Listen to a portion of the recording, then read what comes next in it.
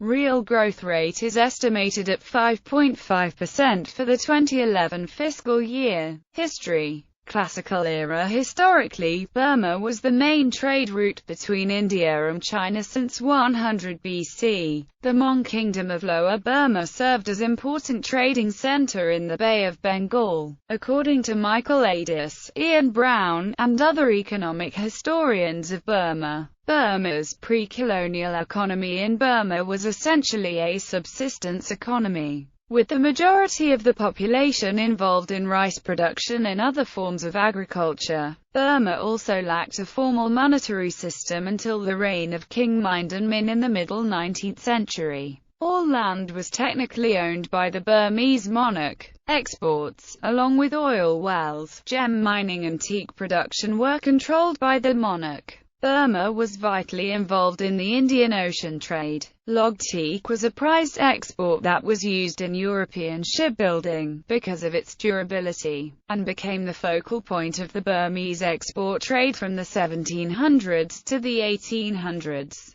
British Burma. After Burma was conquered by the British, it became the wealthiest country in Southeast Asia, after the Philippines. It was also once the world's largest exporter of rice. During British administration, Burma supplied oil through the Burma Oil Company. Burma also had a wealth of natural and labor resources. It produced 75% of the world's teak and had a highly literate population. The country was believed to be on the fast track to development. Post-independence, after a parliamentary government was formed in 1948, Prime Minister U Nu embarked upon a policy of nationalization. He attempted to make Burma a welfare state by adopting central planning measures. The government also tried to implement a poorly thought-out 8-year plan. By the 1950s, rice exports had fallen by 2/3 and mineral exports by over 96%. Plans were partly financed by printing money, which led to inflation. The 1962 coup d'état was followed by an economic scheme called the Burmese Way to Socialism, a plan to nationalize all industries. The catastrophic program turned Burma into one of the world's most impoverished countries. The 1962 coup d'état was followed by an economic scheme called the Burmese Way to Socialism, a plan to nationalize all industries, with the exception of agriculture. The catastrophic program turned Burma into one of the world's most impoverished countries. Burma's admittance to least developed country status by the United Nations in 1987 highlighted its economic bankruptcy. Military rule. After 1988, the regime retreated from totalitarian socialism. It permitted modest expansion of the private sector, allowed some foreign investment, and received much-needed foreign exchange. The economy is rated in 2009 as the least free in Asia. All fundamental market institutions are suppressed.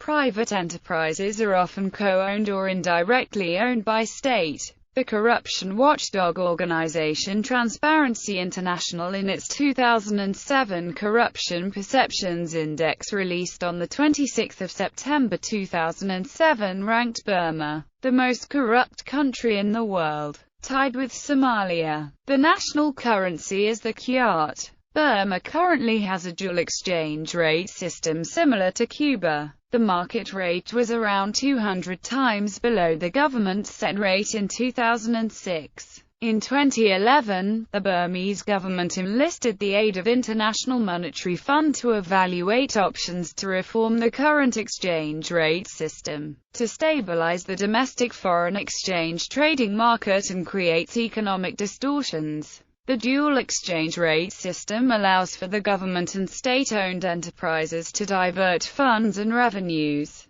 but also gives the government more control over the local economy and temporarily subdue inflation. Inflation averaged 30.1% between 2005 and 2007. Inflation is a serious problem for the economy. In April 2007, the National League for Democracy organized a 2-day workshop on the economy. The workshop concluded that skyrocketing inflation was impeding economic growth. Basic commodity prices have increased from 30% to 60% since the military regime promoted a salary increase for government workers in April 2006, said Soe Win, the moderator of the workshop. Inflation is also correlated with corruption, Myan Thian, an NLD spokesperson, added. Inflation is the critical source of the current economic crisis. In recent years, both China and India have attempted to strengthen ties with the government for economic benefit.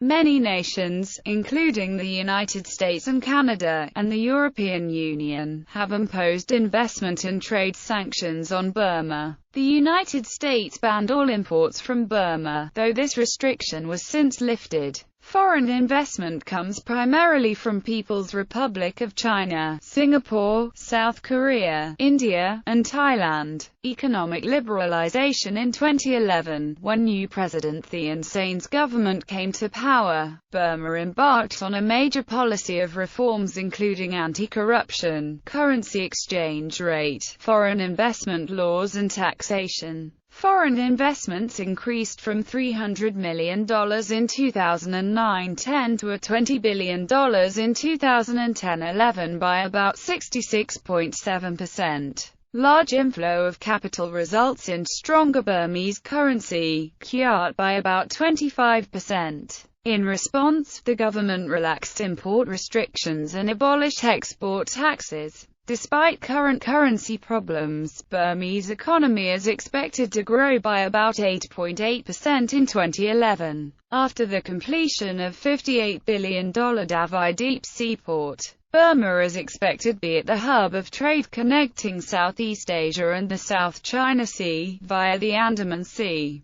to the Indian Ocean, receiving goods from countries in the Middle East, Europe and Africa, and spurring growth in the ASEAN region. In 2012, the Asian Development Bank formally began re-engaging with the country, to finance infrastructure and development projects in the country. The $512 million loan is the first issued by the ADB to Myanmar in 30 years and will target banking services, ultimately leading to other major investments in road, energy, irrigation and education projects. In March 2012, a draft foreign investment law emerged, the first in more than 2 decades. This law oversees unprecedented liberalization of the economy. It, for example, stipulates that foreigners no longer require a local partner to start a business in the country, and are able to legally lease land. The draft law also stipulates that Burmese citizens must constitute at least 25% of the firm's skilled workforce, and with subsequent training, up to 50 to 75%. On 28 January 2013, the government of Myanmar announced deals with international lenders to cancel or refinance nearly $6 billion of its debt, almost 60% of what it owes to foreign lenders. Japan wrote off $3 billion. Nations in the Group of Paris Club wrote off $2.2 billion and Norway wrote off $534 million.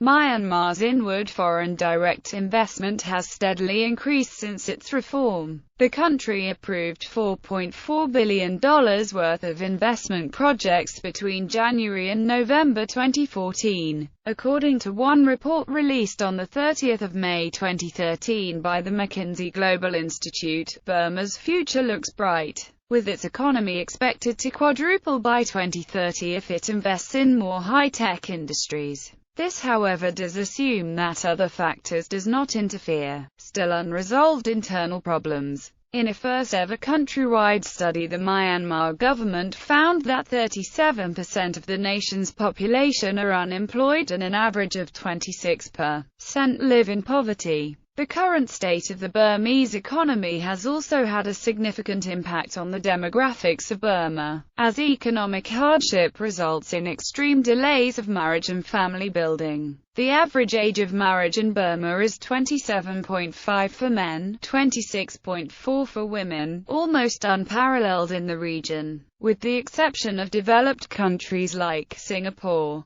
Burma also has a low fertility rate of 2.07 children per woman, especially as compared to other Southeast Asian countries of similar economic standing, like Cambodia and Laos, representing a significant decline from 4.7 in 1983, despite the absence of a national population policy. This is at least partly attributed to the economic strain that additional children place on the family income, and has resulted in the prevalence of illegal abortions in the country, as well as use of other forms of birth control. The 2012 Foreign Investment Law draft included a proposal to transform the Myanmar Investment Commission from a government-appointed body into an independent board. This could bring greater transparency to the process of issuing investment licenses. According to the proposed reforms drafted by experts and senior officials.